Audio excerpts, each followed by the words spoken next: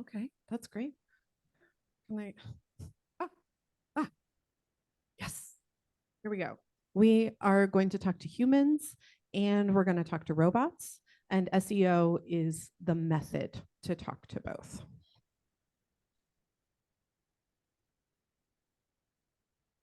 All right. So now we're getting into kind of some more specificity here. So, what is SEO? It stands for search engine optimization, and it's how you get seen online. It's the basic algorithm that determines when and where you appear for users. And we want to do it without spending money on ads. So, this is search engine optimization is what drives free clicks, also known as organic traffic, to your website.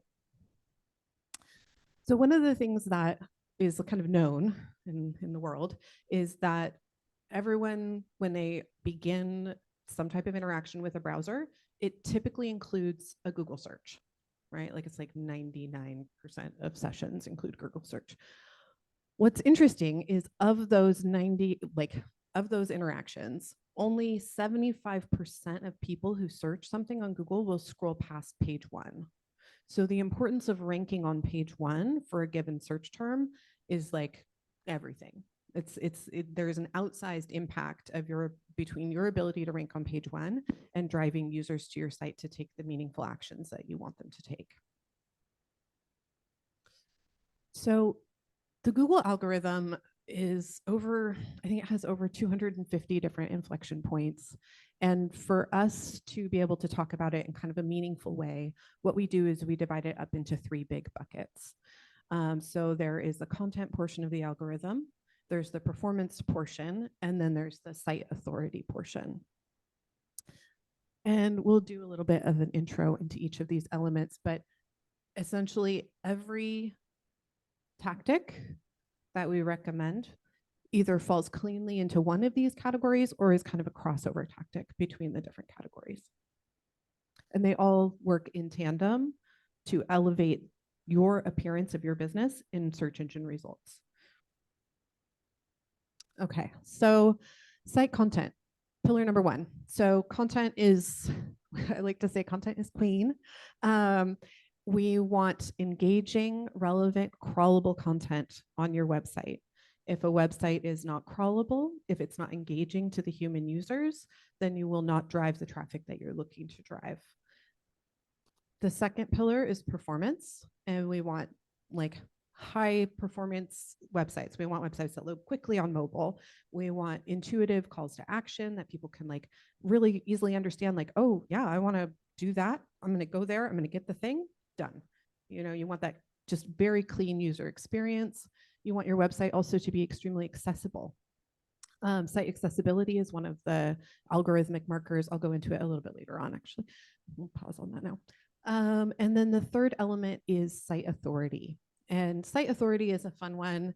It's basically, it's a combination of directory listings, which are very beneficial and pretty straight ahead to acquire, and also deeper backlink building between relevant businesses, where essentially you're building out your real community, your lived community in the digital space, and that's helping support your digital reputation.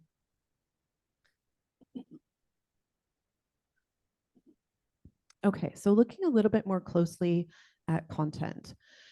Content is the most important factor in terms of SEO. So there's been a big, minimalist thing going on in websites and in home decor and everything.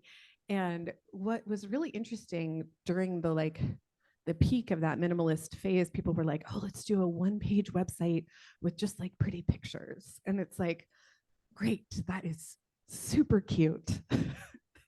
And search engines can't make sense of it. Or the like markers that it can use are much more limited.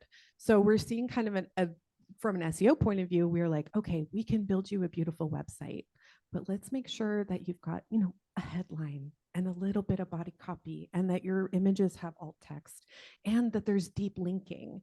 Sure, your primary landing page doesn't need to be messy, But if there's additional pages that help position you in the digital space and give the user context and things to do on your website, that your ability to rank for keywords will improve. Can you raise your hand if you know what the word keyword means in this context? Yes, awesome. Okay, so I'm going to do a little bit of a dive into that and then we'll move to the next slide. So keywords are the phrases or single words that a user types into a search engine. So if we were looking for an ice cream shop in downtown Bellingham, we would type in ice cream Bellingham or ice cream downtown Bellingham. And then what gets served back to us is the search engine results. So that's the list of, that's the page of, you know, the little links and descriptions, and maybe there's a map view, and maybe there's some pictures from local ice cream shops showing up. And that's what we call the SERP page, search engine results page. So SERP keywords are the things that users type in that populate the search page. So it's like call and response. Human user types in keywords, algorithm analyzes the keywords, serves to the user the best possible pages, most relevant possible pages to the user. Any questions? Okay, you guys are awesome. All right, next we are looking at site performance. So for performance, we are looking on usability. We're looking at closely at usability. We're looking at site speed load times, and we're looking at accessibility. So essentially, these are metrics in the digital space that Google can crawl with confidence and watch the human behavior, and there's like a level of like clarity for the search engine on performance metrics that is not there for content metrics. So for content metrics, the search engine is watching the human behavior. It's like, oh, they landed on that site. Is that what they were looking for? The human's spending time there. They're clicking around, they're pausing, they're reading this, and the search engine's watching all of that behavior and assigning value based on that behavior. Yeah, I see your face. The search engine's watching everything. And in performance, there's like the page either loads fast or it doesn't. The text link either has relevant words included in the text link or it doesn't. So these are like, they're much more like kind of cut and dry signals to the search engine. Okay, and then a third one, site authority. This one is such a fun one. Okay, I have a couple of different analogies that I like to use to describe how this works in the space. I think I'm gonna go with you're a dock.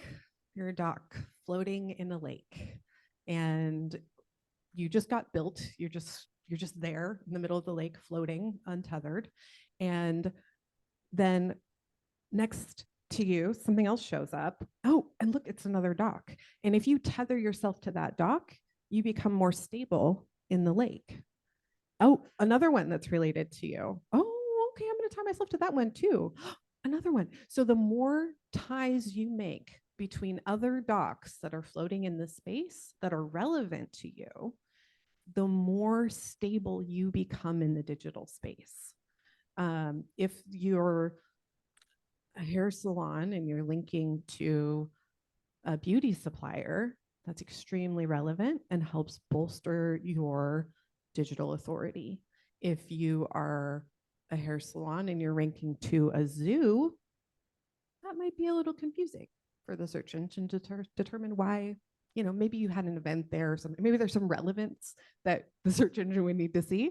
But for the most part, we want to make sure that backlinks, whenever possible, are relevant to your business and that you can describe that relevancy on the page or through the link or that type of thing. Okay. Pillars in action.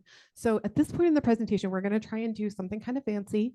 We are going to try and switch between myself presenting and my other co-presenter, Ida. And Ida's going to take us through what the pillars in action look like. And Ida, are you on? I am on. Can y'all hear me okay? Awesome. Okay, so as Habiba mentioned, these are the pillars in action. This is kind of the meat and potatoes, how we see each of these pillars relate to the information that you provide on your website and off your website. So as we're going through here, I'll be speaking to these considerations, and then we'll be looking at some metrics using Downtown Bellingham Partnership as a case study that Habiba will talk through. All right, so we have our on-page considerations or our on-site considerations. So speaking to that first pillar, we have site content. I think.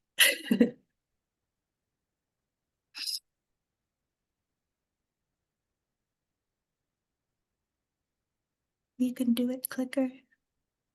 All right, it just needed a little encouragement. All right, so we have site content. We're going back to that keyword rankings and optimization concept. So first and foremost, we're looking at those top keywords. Basically, what terms and phrases are people Googling to find you? These are the commonly searched terms. As Habiba mentioned, they can be a single word or they can be a full long tail phrase that bring potential visitors to your site. These can be your brand name. These can be non-branded keywords, service or product related keywords, or high-level industry related keywords. And alongside that, we have your rankings. As Habiba mentioned, we want to make sure, do our best to try and rank within those top 10 hits on Google. That'll put you on the first page. So as we are optimizing our page for these keywords, that relevance to target specific keywords will get you higher up in those rankings. Hello, welcome. Hello?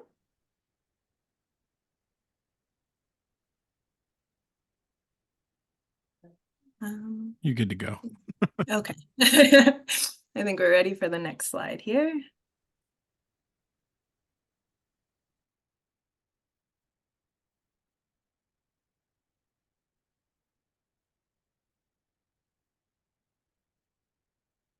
All right, so why is this important? We want to benchmark. We want to see more keywords over time, as well as more relevant keywords associated with our domain or our website over time. And they don't always go hand in hand. Sometimes we'll have, a shout out to, things to do in Bellingham and have, keywords, related to other businesses in Bellingham that aren't necessarily related to ours, but will show up in our rankings. And, as we continue to optimize the site, we'll see either those keywords drop off or, bump up depending on its relevance to our website. But basically this benchmark is to record where we're at in time for when we start working on our keyword optimization, and also to identify the gaps so we know where we're going. Secondly, we want to identify the top pages contributing to our rankings. That way we can track high-performing content topics and the value of new or old pages. This helps us to ensure that pages that have high value are first and foremost still live, and secondly, up to date. Sometimes we see folks that have a page that has a bunch of keyword rankings and a bunch of traffic that's being driven to it, but then it will it'll no longer be on their website for one reason or another, and then we'll see rankings drop. So there are creative ways, either through redirects or other methods to ensure that those pages are still live and still driving traffic to your website. And finally, which is one of my favorites, keyword rankings and doing a deeper dive into keyword research can help us to brainstorm new content ideas like blog posts, product names, and other collections. So it's super helpful. The idea, on the whole, is to target terms that have high search volumes, as well as to build off of the rankings that already exist.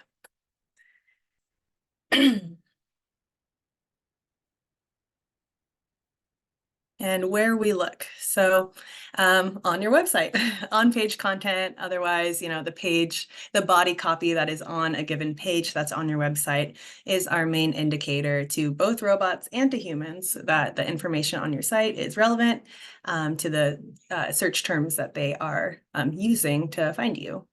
And then we have metadata, which is kind of this omniscient thing that is really cool, I think. It's this behind the scenes content that's associated with a web page. So for example, when you're on your search browser and then you see the name that's, kind of tailing off in the top tab, you have all your tabs open and then you see that name that identifies the page.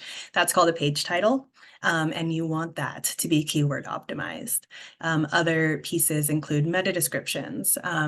Oftentimes, by default, if we have a meta description that's implemented on a web page, you'll see that as the description at the bottom of your hyperlink on Google. So it'll say what the page title is, and then it'll say the meta description underneath. Not always, but if you optimize that with keywords or just have it, as descriptive as possible for that web page, then people will know, oh, this is what I'm looking for, and go ahead and click through. And then another huge component is image alternative text. So, the alt text, if people who have low visibility or aren't able to see on a web page, that is nice and descriptive and as well keyword optimized. It has a huge impact on search engines. And then one tool that we use quite often is SEMrush, and this is a super comprehensive SEO analysis platform. It has an extensive keyword research database, and it allows us to cross-reference your site content with all the keywords in the world, basically, and including that of your competitors, which is super helpful information. So I'm going to pass it over to Habiba so that we can take a look at the keyword rankings overview for Downtown Bellingham Partnership.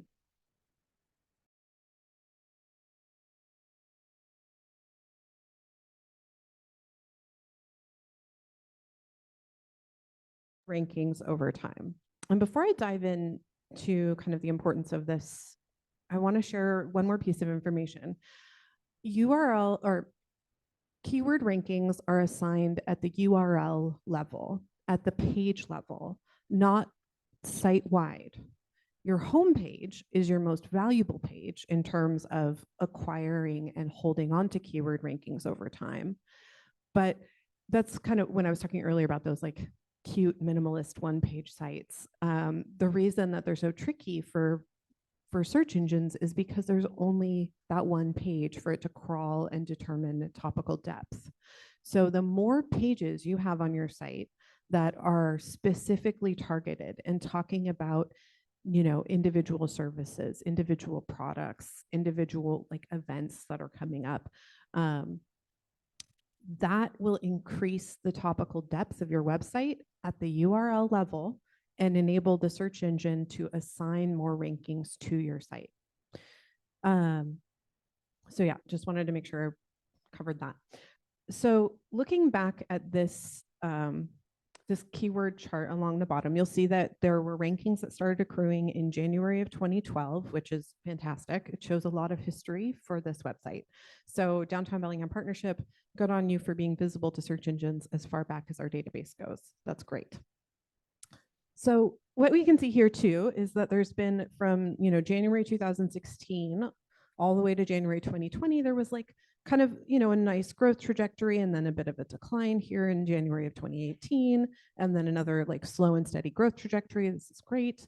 And then we're seeing the impact of COVID lockdown here in 2020 and 2021, where things more or less flatlined, with 1 month that was very much an exception. Now we can see since January 2022 approximately that Downtown Bellingham Partnership has been on a great growth trajectory. Lots of keyword rankings coming on for them. One thing that's really nice to see is the ranking growth here in these like very skinny parts of the line, where there's the yellow, dark blue, darker blue. So up above, you'll see a breakdown of what those different colors mean. So in July of 2023, there was this spike here. This is the highest volume of keyword rankings assigned at the URL level over the last 24 months. And there was a total ranking of 5,771 keywords associated with the content that's hosted on the Downtown Bellingham Partnership site, or that lives on that site. And since then, there's been a decline. It hasn't been huge. It's about 500 keywords down, but overall, that's okay. Google likes to do a lot of house cleaning. So it will assign rankings, and then it will go through and clean house, and there'll be kind of a decline because it's like, oh, we thought that was relevant. We thought that that keyword was very important for you, but turns out it's not. So we're gonna pull that off, and we're gonna continue as the algorithm. We're gonna continue to try and find the right keywords to connect users to your content.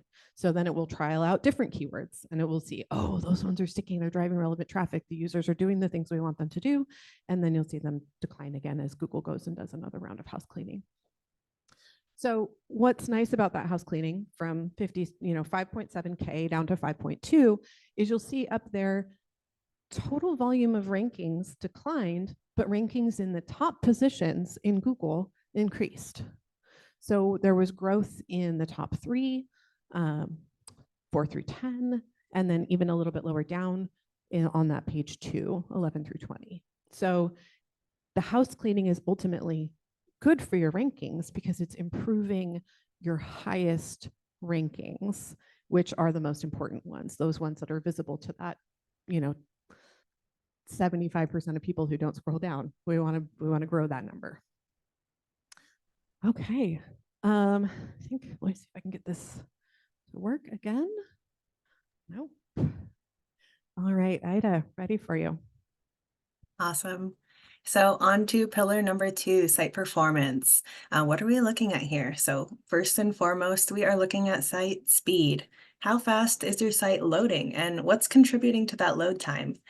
We want to examine, different site factors like image sizes, and there are other components that can negatively impact user experience by slowing down those load times. Later on, we'll talk about a couple of different tools that we can use to really quickly assess that site speed. Secondly, we're looking at site hygiene.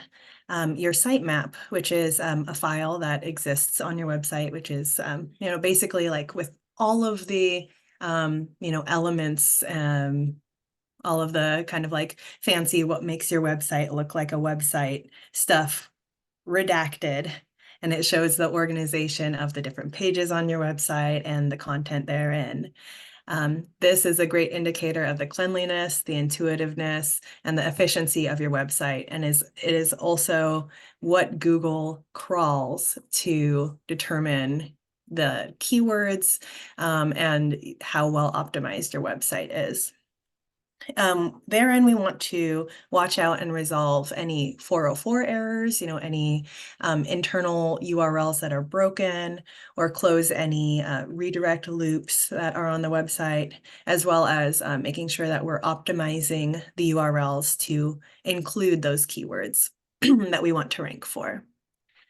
And we are also looking at user session and heat mapping. So this is the analysis of your sales funnel via actual user session analytics. So there are different tools that can be used to actually record what and how people are navigating on your website and how that leads to different conversions or lack of conversions. And it's basically, a little step-by-step follow along of the user journey in real time, retroactive real time. So these components are important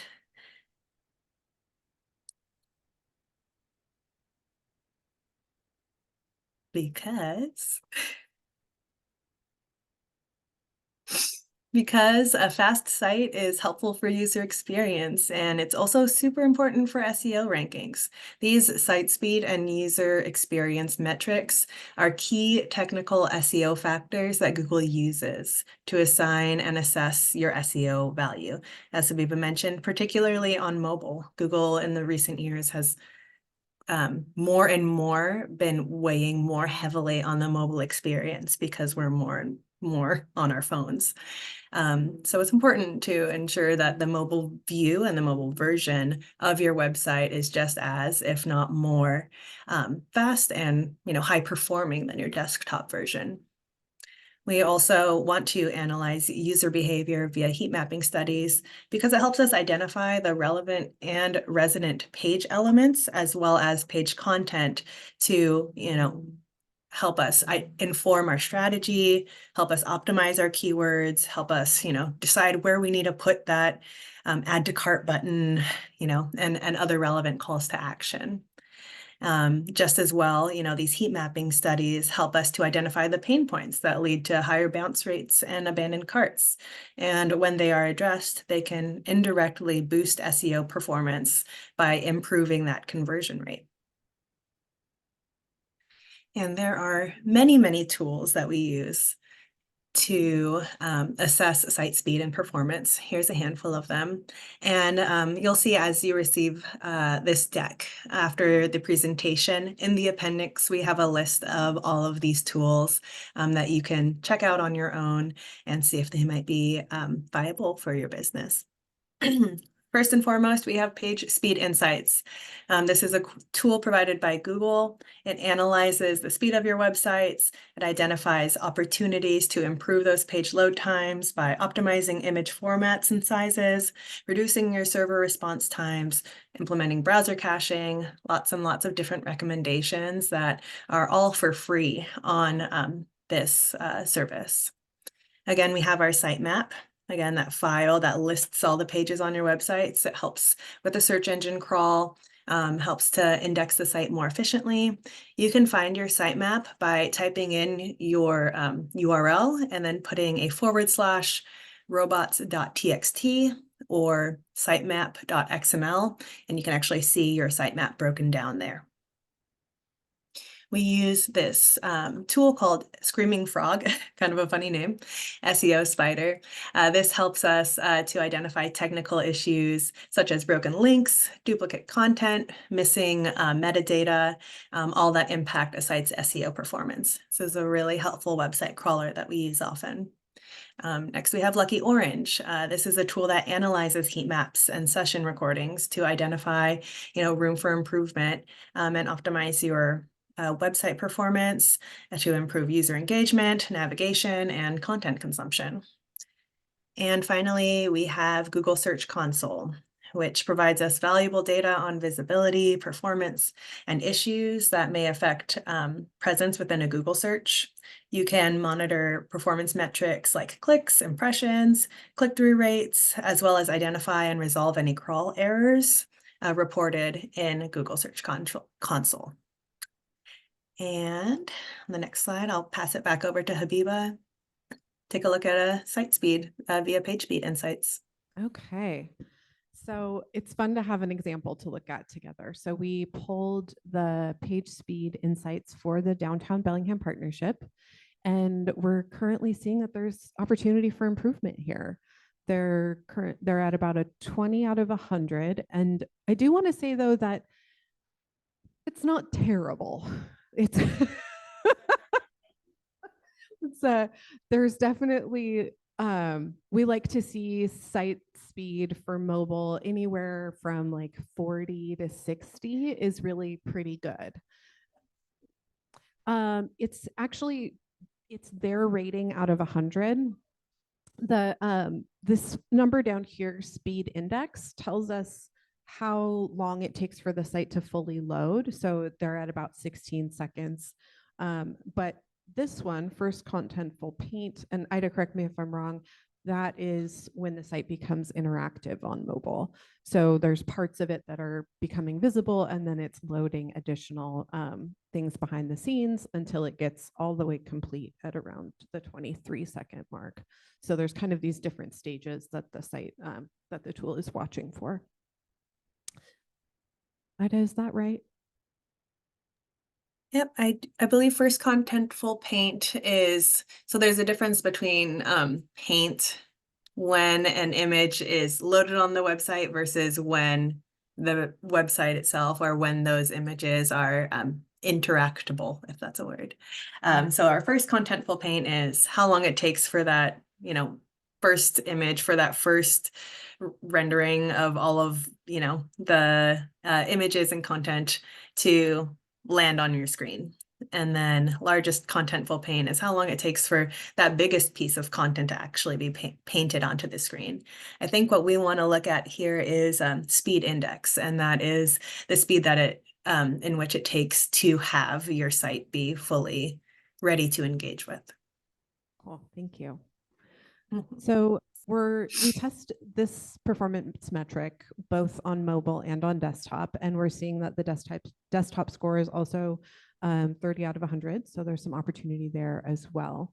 And the tool, as Ida mentioned on the previous slide, gives a lot of insight into what it is that needs to change on the website in order to improve the site speed load time.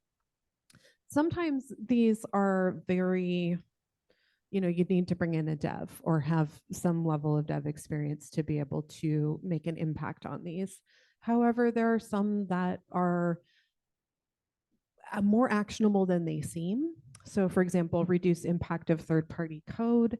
That's one where if you were to actually click through, the tool offers links and you can go through and look at that and be like, oh, am I implementing, let's say I have my Facebook page integrated onto my website. Am I integrating it in the best possible way, or am I integrating it kind of maybe in a way that was a best practice 5 years ago, but that has since been updated? So there's kind of some opportunities here where once you actually dig in, they become a little bit more achievable. However, like the JavaScript execution time, like tap me out on that one. So, and a lot of times too, for a lot of clients, it will just be image sizing issues. Like people will just upload an image that's like 17 megabytes on their homepage because it looks really sharp and they're really excited about it. And that image takes a long time to load. So yeah, reviewing for images is a huge positive impact. So looking at the last thing, oh, we got accessibility basics next. Great. And just to add, on top of image sizing, there are also new ways to format your image files to ensure the best possible load time. So JPEGs and PNGs are actually not the fastest files that are uploaded anymore. I believe there are file names like WebAIF. Correct me if I'm wrong, Leba, on that, but I want to say there are 1 or 2 new file types that help to load faster on your website these days. I thought that was really funky because I was like, oh yeah, PNGs. I thought those were still relevant, and they are, but they're not the fastest anymore. Moving on to accessibility basics. This is another component of site performance. Is also very, very important to make sure that we are inclusive to our entire market, and that everyone who wants to access our information, our products, our services is able to do so in the digital space. So some considerations for web accessibility. We are looking at your page content and all of the related elements to ensure that they are accessible to all users. We use the Web Content Accessibility Guidelines 2.1, level AA, which is, mid. I think there is A, AA, and AAA, which is the highest standard, but AA is our benchmark for accessibility, as well as it is for ADA compliance, which is, the civil rights legislation that also says that websites are included in our ADA compliance per Title III. This is super important because as search engines continue to develop insights into user experience and codify user experience into their algorithms, weigh that more heavily into the algorithm, it's important to stay on top of and continually adaptive to the accessibility standards that they are integrating into the algorithm, not only as well as, for our ethical reasons, but also to enhance our search engine optimization. There is this concept called universal design that is popular within the design industry that can also be very well applied to graphic design and web design. These choices ensure that anyone at all can access this information, regardless of who they are and what their accessibility needs are. So design choices that impede accessibility by those in the disability community are highly impactful. And actually, they're very common within the digital landscape. You'll see this call out here that 96.3% of the top 1 million web pages on the internet have web content accessibility guideline failures per the 2023 report. And that is huge. So we want to make sure that we're doing everything we can to drive those numbers down. Where we look, all over your website, of course. You'll find these most common accessibility issues all over the web. Primarily low contrast text, low color contrast between different page elements, missing alternative text, which we mentioned before is missing a large SEO opportunity. We'll see empty links, missing form labels, empty buttons, missing document language. So these are things that we want to consider and ensure that we are, implementing as we're designing our websites and as we're going along and building new pages onto our websites.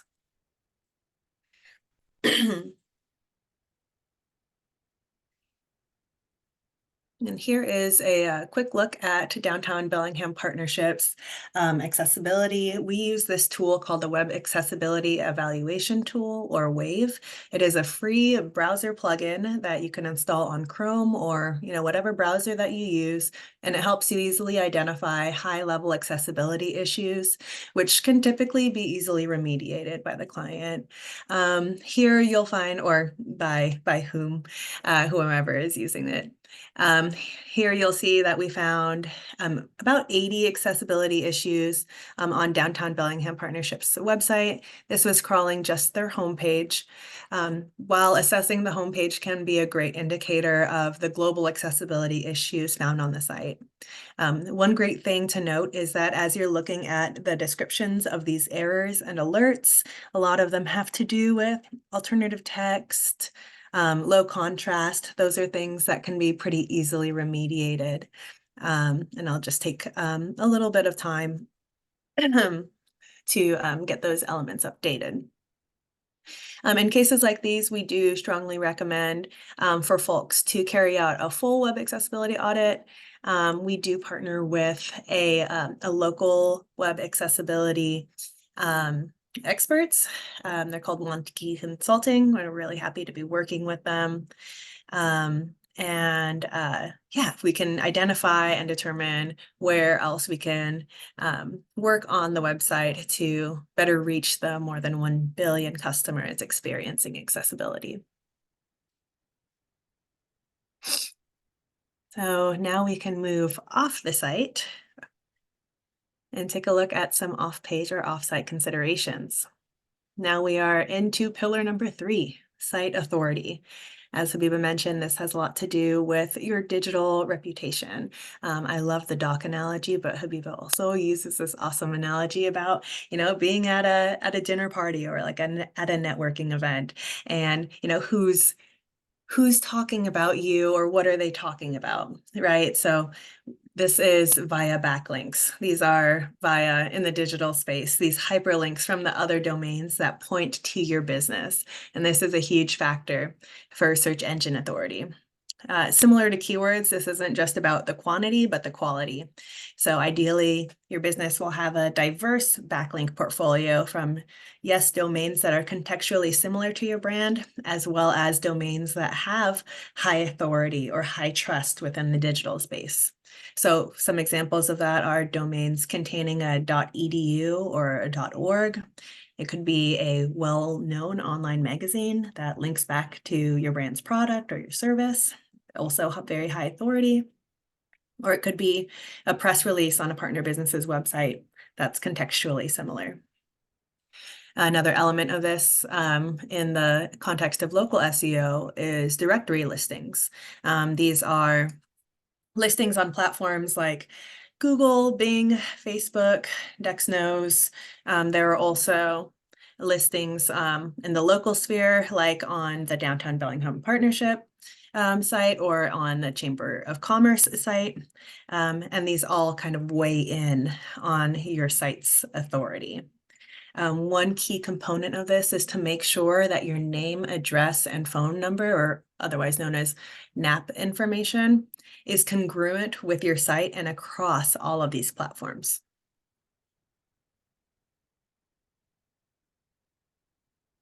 This is important because link building improves your digital reputation. Like we said at the dinner party, the more people who are talking about you, the more notable, the more visible you become. The same applies in the online space. This directly correlates to a high domain authority. That indicates that your site is relevant. It indicates that your site is trustworthy, and it encourages search engines to rank you higher, and it encourages users to navigate to you over your competitors for the information they're looking for. In regards to local SEO, that consistent NAP information on all the directory listings is crucial for the findability and the credibility of your business. You want to make sure, if you have different locations or, an additional tail at the end of your website or at the end of your business name, that is carrying over to every single listing, or to make sure that your suite number, is formatted the exact same way on every single listing. Those little bits actually make a huge difference. So where do we look for site authority performance? Excuse me. Again, we have a collection of tools that we use. One big one is Majestic. This is a comprehensive backlink checker tool that maps out your site's backlink portfolio and assigns you scores. I love using it. It's so interesting to kind of click through and have all of your backlinks in one place to see, who's calling you out, who's shouting you out, what articles from years ago are still, increasing your digital authority.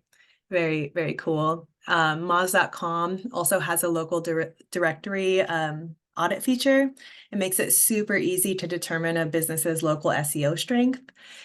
We use this tool and we can actually see, as I just mentioned, when that suite number or when that tail end of the business name is inconsistent on different directory listings. Again, handy dandy SEMrush. It also has an integrated backlink analysis tool that we use in tandem with Majestic to give us additional insight into a historical backlink portfolio. And of course, Google Business Profile, which is a great tool for local visibility and is essential for any local business to get on the map. And of course, more to come in our GBP training session in a couple of weeks. I'll pass it back over to Habiba to talk about site authority. Okay. So I'm actually going to just pause for a second here and invite everybody to just like stand up. Even if you're on Zoom, just stand up, stretch a little bit, touch your toes, like just do one of these. We'll do like 15 seconds and then we'll sit back down.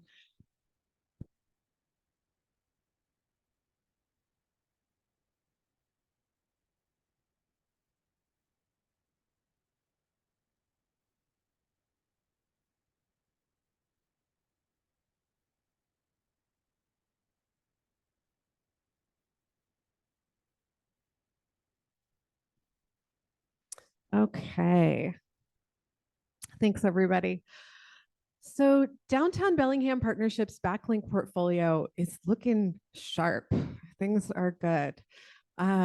You can see that they have a high authority score. Actually, I didn't include the authority score on here, but it is very relevant. You'll see, go ahead and watch that animation. So the point that's being pulled out on the animation is Downtown Bellingham Partnerships website. All of the other like dots are other websites that are linking to Downtown Bellingham Partnership, and in some cases linking back and forth between each other. And they are all contributing to Downtown Partnership occupying a digital space that makes sense for itself. So Natalie, do you mind playing that for me one more time? Thank you. So you'll see there, it's kind of in the center of the universe, and then it's sort of getting pulled around. These other like large green dots are relevant backlinks. So you'll see that one was Port of Bellingham, Adventures Northwest, officialusa.com, Allied Arts, birchbaywashington.org, citybellingham.org. So these are all highly valuable backlinks. As a general rule of thumb, because Google likes historical entities that have been in the digital space for a really, really long time, there's kind of a rule of thumb. If you can get a backlink from a .edu or a .org or a .gov website, that it has significant enough authority in the digital space to pass some of that digital authority back to your site. So Downtown Bellingham Partnership is being supported by links from cityofbellingham.org, alliedarts.org, bellingham.org, and other like either .org, .gov, or .edu backlinks.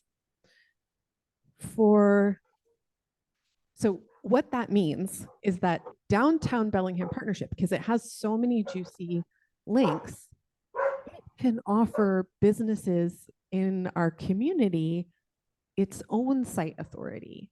So if you are a coffee shop in downtown Bellingham and you can get a backlink from Downtown Bellingham Partnership, that will help improve your site authority. So it's like the authority can continue to be passed in the digital space in essentially a realization of our in real life community, in real life network. It can essentially be mirrored or actualized in the digital space and help improve your domain authority. So you may be asking yourself, why is domain authority important? And domain authority is basically, it can be a tiebreaker. So let's say, we have a couple different ice cream shops downtown, right? So what is it that breaks the tie when somebody is looking for ice cream downtown Bellingham? What breaks the tie between Mallard's and Chocolate Necessities? Domain authority is a huge player in the tiebreaker realm.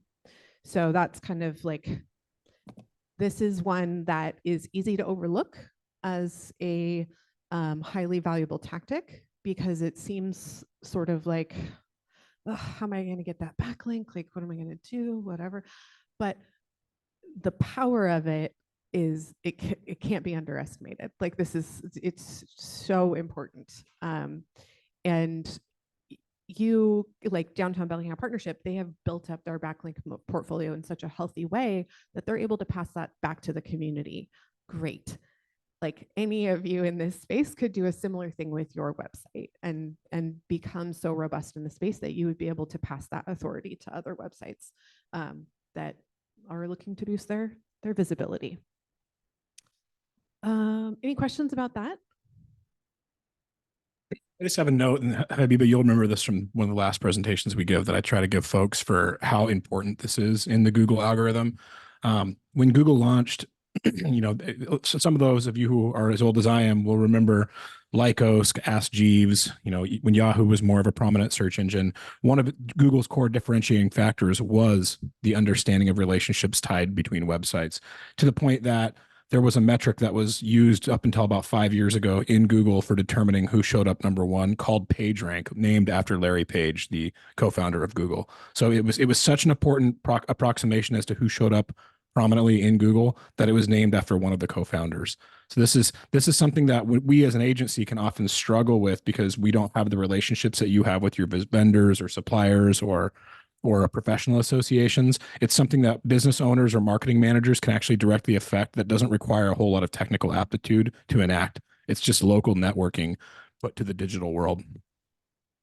Sorry, and brand. No, that's perfect, Alex. Thank you. For similar, and I don't know if I have it we have it at the end, we have a little like list of things you can do today, things you can do tomorrow. And as part of the things you can do today is citation listings. Citations are a little bit different than your backlink portfolio in that, okay, I'm gonna give us another analogy. if you go back to thinking in your mind about like switchboards in like the 1940s, where it was like in order to connect one person to another person via a phone line, there was somebody who was sitting there and they would literally plug in the cords that would make those connections, right? And then the system evolved and we had phone books in our houses and we could look people up in the phone book and make that call directly ourselves. So the internet is kind of an extension of that same architecture of like, how do you connect one person or one entity to another person or another entity? And some of those like phone books, like the yellow pages, those were like the building blocks of the internet in like the 80s, early 90s. Like it was like, oh, yellowpages.com was like a thing. Yeah, I see you nodding your head. Yeah, totally. It was the thing. So because these historic structures are so like they're the framework of the early days of the internet, these citation listings have an outsized value on your like domain authority and local search authority. So there's a whole, we've got a worksheet for you. These listings are extremely unsexy. These are they are basic directories. You just go on there, you claim your directory listing. Some of them are paid, don't pay for any of them. Just do the free one, just do the basic one. Add as much information as you can to these directory listings, and it will improve your appearance in organic search because the algorithm honors these dusty old phone books and knows that the entities that are signing up for listings on them are real. They're real entities in the space, and it will like honor your appearance on those listings. So, when you go on them, apologies because they're not cute, but they are effective. So we'll get there a little bit later and I'll call that out. Okay, so the next question is like, people are like, okay, so how long does it take to get SEO results? It depends. So the one time we had someone who came to us and they were like, we're not showing up in Google. And we were like, yeah, you're not showing up in Google because you accidentally set your site to no index. What no index means is it says, hey, Google, ignore me. And so they were like, we want people to go. And it's like, yeah, you got it. So there's these basic things that can happen where you might have accidentally set your page to no index. Okay, so we can go in and clean that up. You'll start seeing an improvement within 48 hours. Like there's some very basic things that operate on that level. If you're not in need of that level of triage, SEO is a long game. So essentially, because the algorithm is watching human behavior, there has to be a certain either amount of time or number of interactions where the algorithm is watching that human behavior and then going through and assigning keyword rankings. So, this is kind of like a map, a timeline as if any of you were to come on as a client for Intellitonic. So this kind of talks about like, okay, we would have some technical and account onboarding. We would be getting to know you. We would get to know your products, your services, who your competitors are. We would do keyword research into both you and your competitors. And then we would start implementing work. And then you'll start to see the positive impact of that work over time. And the longer you're with us, the more we do, and the more it generates positive results over time. So I typically say, like, it's about the 3-month mark that you'll start to see the results of the work that would be implemented within the first 6 weeks of working with us or something like that. So if you today were to go make those directory listings and claim all of your directory listings, you would probably start to see the positive impact of that in about 6 weeks. So what does success look like?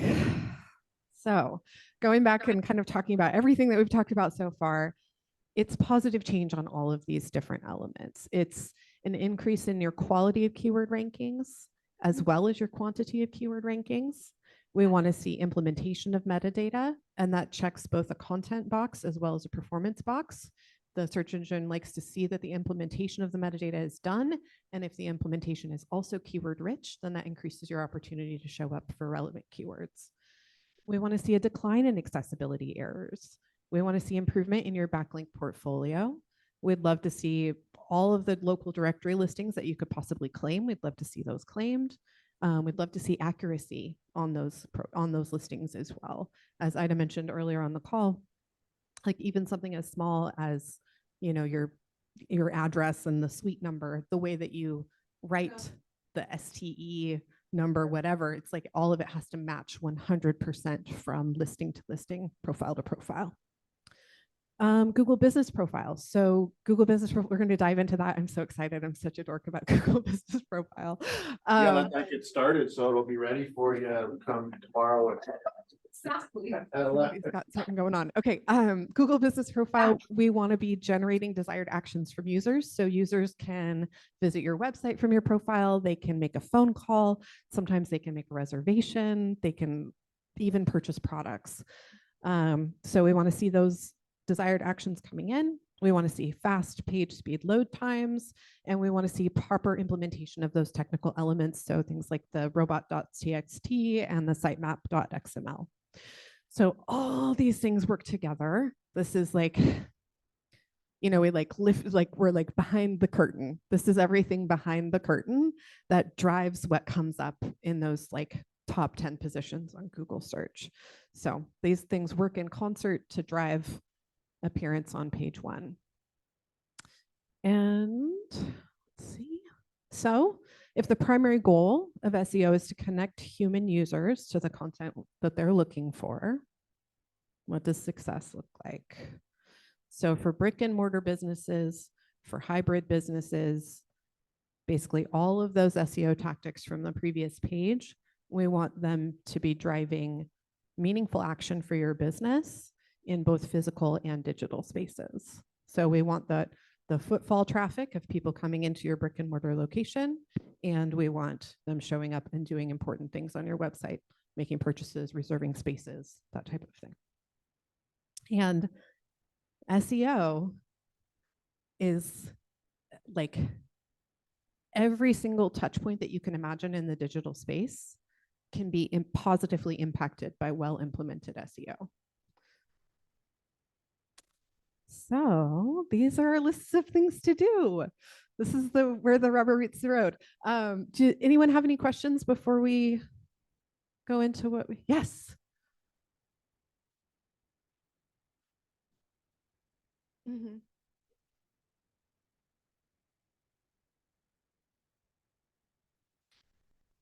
Yes. Great question. The question for those of you who are on Zoom is there importance in if you spell out street on one listing and you use an abbreviation of street on another, or spell out avenue versus abbreviate avenue? Yes, it is important. Yeah. We should note, Habiba, that Google has gotten a little bit better about that in the last 2 years. It used to be absolutely imperative. There's a little bit more leeway now. That's good to know, Alex. Thank you. So in general, if you can match it 100%, that's best. But, you know, it seems like the algorithm is learning, so that's good. So something to do today, if you don't already have it, is to claim your Google Business Profile. And there'll be a link included in this, so you can get on there, get ownership.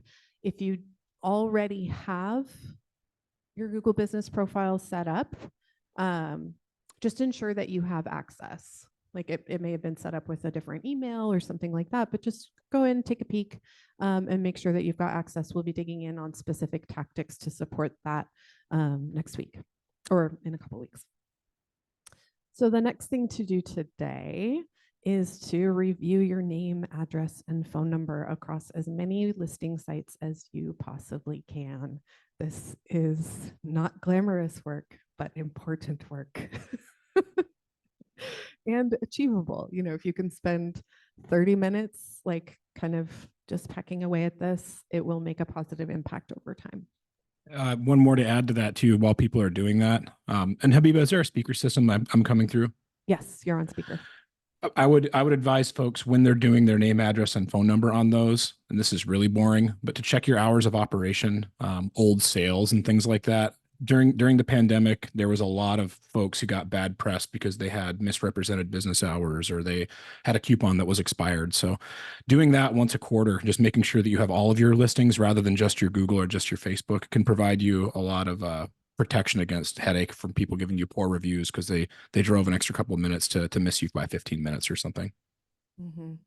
Yep, totally. So cross those T's and dot those I's while you're in there. If you see anything that's out of alignment with what you're currently doing, update it. We'll also be providing this list. These are, this is a short list of high value local directory listings to acquire if you're a nonprofit. There's also the availability to get onto the Bellingham Nonprofits website. So go there and sign up. For tomorrow, start to think about keywords. So now that you know what keywords are, that they are the search terms that users type into Google, ask yourself, what do you want to rank for?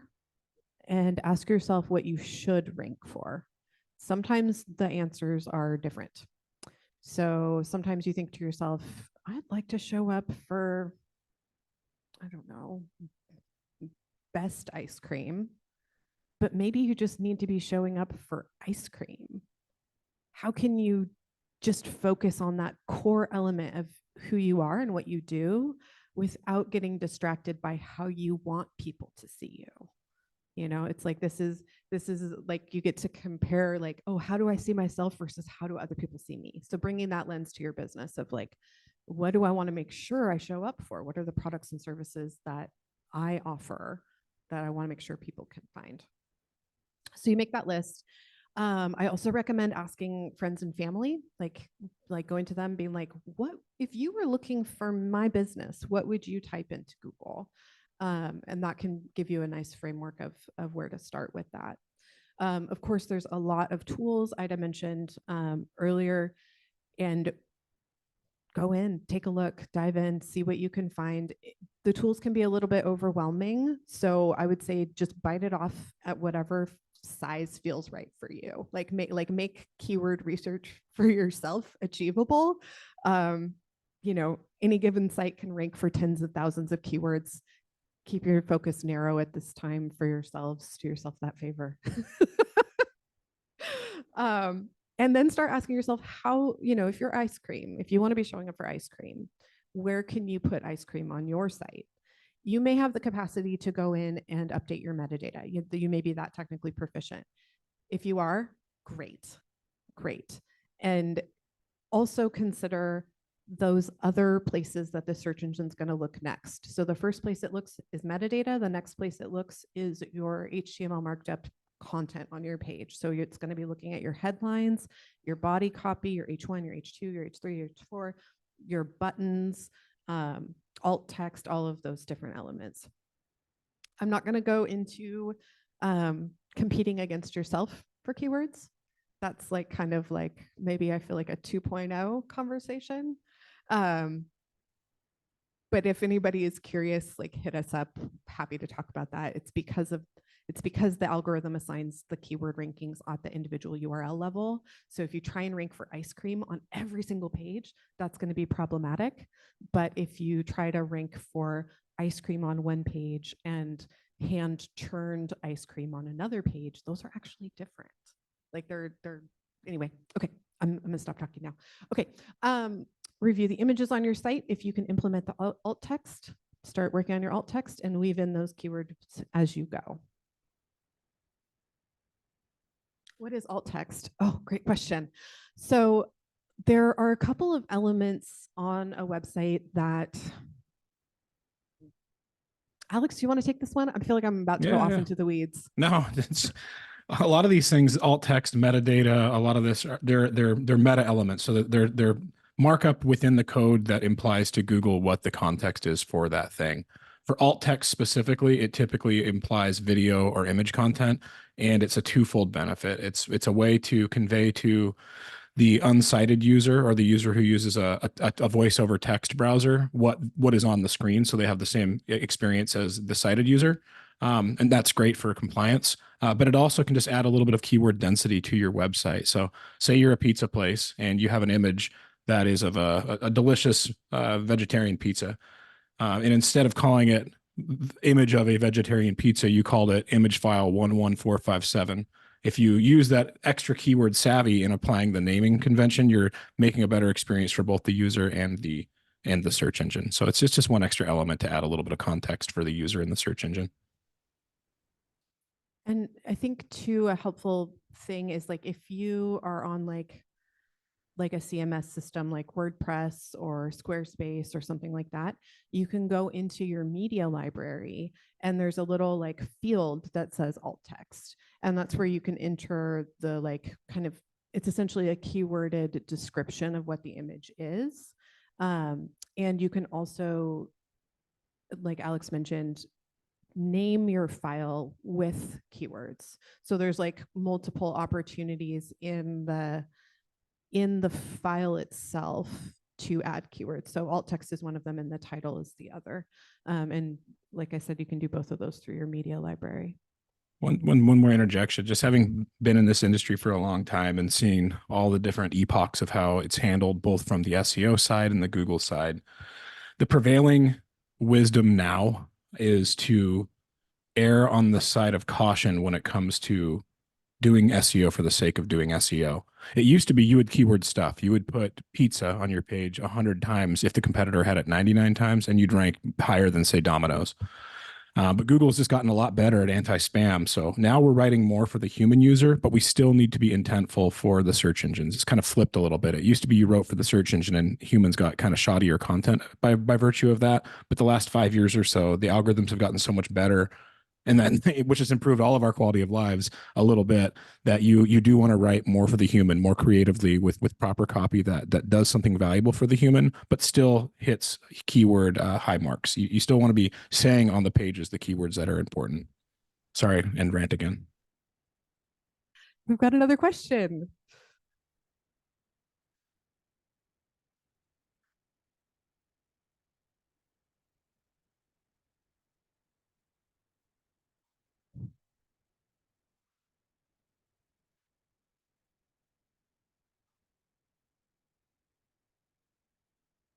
Great question. So the question is how much to focus effort on new elements being added to your website over time. So newness of a blog post, of an image, updating page content for existing pages. This is a key SEO tactic. So ongoing. So like I mentioned earlier, Google likes to see something that has a strong history, that's been live for a long time. And it likes to see that human users are maintaining that in the space. So adding new blog content is like, I'm like, if I could choose two things for you to do, it would be to add content to your site and do those like basic citation listing cleanups. Like if you were to do nothing else, adding content sends a signal to the search engine that it should recrawl your site. So something new appearing in the digital space sends a signal to the search engine, oh, you should reevaluate everything. Take a look. Maybe other things have changed. And so then it will go through and potentially it will trigger one of those cleanup cycles where Google is going to improve the relevancy and the quality of your rankings because you are contributing to your website. So it's paying attention to those changes over time and adding new images, even going through and doing the file name cleanup, things like that. It sends a positive signal to the search engine that your site is maintained, and then it will go back through and potentially assign greater volume and quality of keywords. We got Great two little question. pieces of nuance to that too, if there's time for it. If you're editorial or you have a wide depth of content, that is especially impactful. I worked in newspapers for 8 years as the audience manager at a bunch of massive newspapers, and we would do really well when we updated stories, even with an update for what had happened the month prior. Like, okay, 1 month has gone on since the story came in, you have one paragraph and you add that in, and it can be very, very impactful when you have a lot like of breadth of content.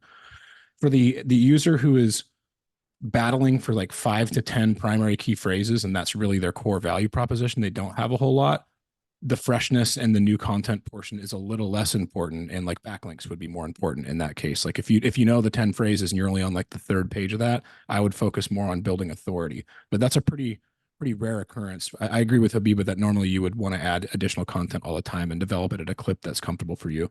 But usually when you're doing new content, like completely fresh new content rather than revising content, that should be secondary key phrases that don't fit your core business model. That should be your first focus. Like make sure that your categorical and like big ticket items are on the website and optimized first, and then start adding residual content to attract, say you were a hospital, like symptom-based key phrase terminology rather than like the general practices that you offer and like the areas of specialty that you have, if that makes sense.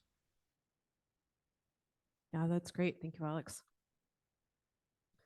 So any other questions here or via Zoom? No? All right.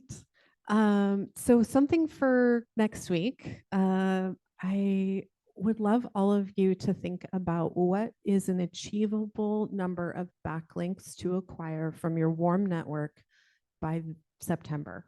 Like come up with some kind of time-bound, quantity-bound goal to aim at, and just slowly chip away at it over the next 6 months. And the reason I'm sharing that perspective rather than just kind of a blanket, like focus on this, is that there is, like I said earlier, this has such a positive impact on your visibility in search.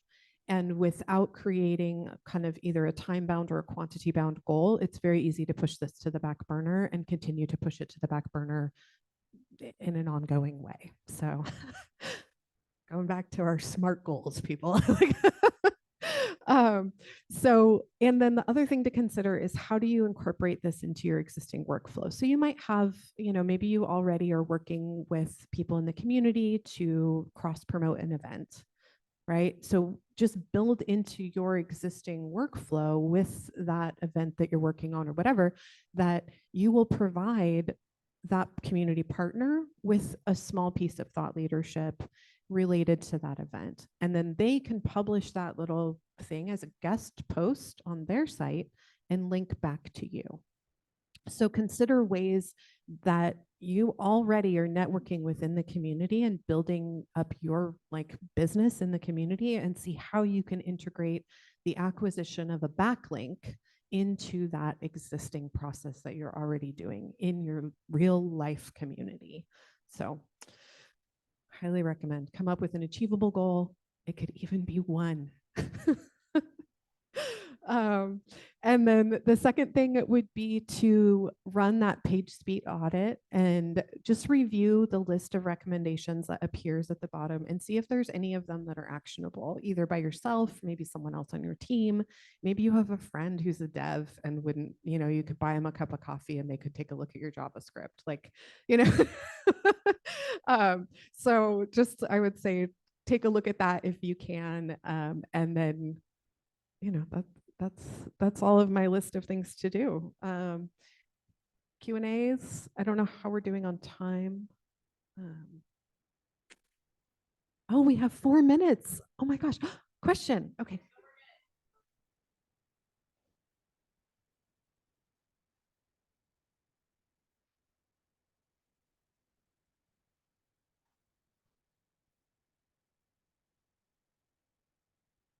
Great question. Okay, so the question is, if this person who's in the space with me today, if they typed in Bellingham ice cream and I typed in Bellingham ice cream, we were both sitting in the same room, but we had different laptops, what would our search results look like? Would they be identical or would they be different? You're likely to have identical results. There could be data personalization. If you or one of the other person in discussion had reviewed prominently another business, that might be a differentiator, but 99% of the time it's going to be the same result.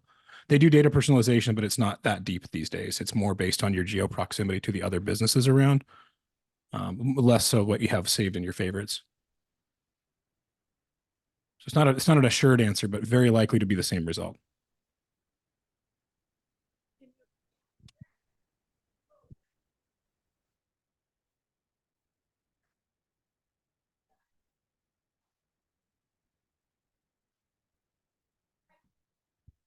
Oh, Oh, okay. Yeah. So the question has another layer to it, Alex. So for a user who is like a business owner and is typing in their business name, their business is showing up high in search results for them. Is it showing up in high results for them because Yes. of personalization? Yeah, Or and likely because they own assets that they have that they're logged into. So the way to get around that would be to use, I don't know what it is on a Mac, but I think it's Control F5 to refresh your cache, and use it in an incognito, and that would be like the true way to do it. Or have us run a report for you on like an agnostic tool that tells you, you know, in aggregate what your rankings are. Which business is it for? I'll take a look right now. Saltadina.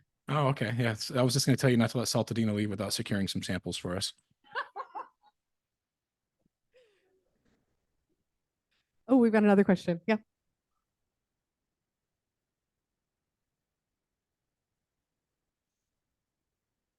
Yes, the question is, how do Google Map results integrate with the kind of traditional text-based search engine results, and how do they interact with each other? This is a great question. So we're going to go into Google Business Profile. Thank you. In an upcoming session, and Google Business Profile is essentially the portal to that, ensuring that that is working for you and for your business. Alex, anything to layer on top of that before we go? No, it's becoming much more aggressive, I'll say. It used to be that the only time you would get a Google Maps result when you input a search for something like cupcakes Bellingham or bakery goods Bellingham. If Google detected that you were using a GPS-oriented device, then they might provide that as a result over the website. But that's changed drastically in the last 3 to 5 years. They're now more prominently displaying Google Business Profile results over normal results, to the tune of about 10% of change per year. So say in 2015, we would get 90% normal search results for a localized search. Now that's closer to like 40% of searches, you're going to get an old school Google result where it's just the text-based stuff. They're really pushing that product because it's a product that Google controls. They don't have to deal with all the variables of SEO like other people's websites. So anytime they're given the opportunity to present either a Google Maps listing or a Google Business result, you best believe they're going to put that result in there because it's their property and they control it. And like, this is kind of the teaser for the Google Business Profile session, but basically we're seeing that search engine result page. Like if you go back like 5 years ago in your mind to what that page looked like, it was, you know, blank page. It was white in the background. It had just text links, and there would be that little like add thing next to the text link, but it was primarily text links. There was a couple of small images showing up here and there. And if you envision now what that search engine result page looks like there's almost always a map pack that shows up. There's an image pack. There's people also ask. There's like, you know, it just so much depth. And Google is prioritizing the human experience of the SERP page now in its algorithm. So it's driving users to like kind of engage with the SERP page but to increase our knowledge before we even go to individual web pages to do our discovery at the web page level. So it's very interesting the way that the algorithm is shifting over time, and the way that it's like listening to people, and then there's the added element now of the AI responses as well, which is super interesting. So.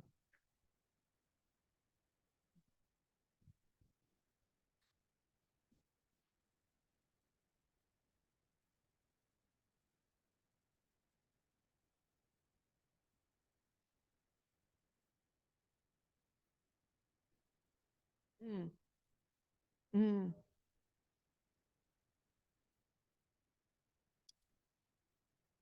That's a great question. I just want to like look at it in detail right now. So like the question again is like showing up in number 7 position on maps and like number 3 in text, and why is there a difference between those two types of appearances?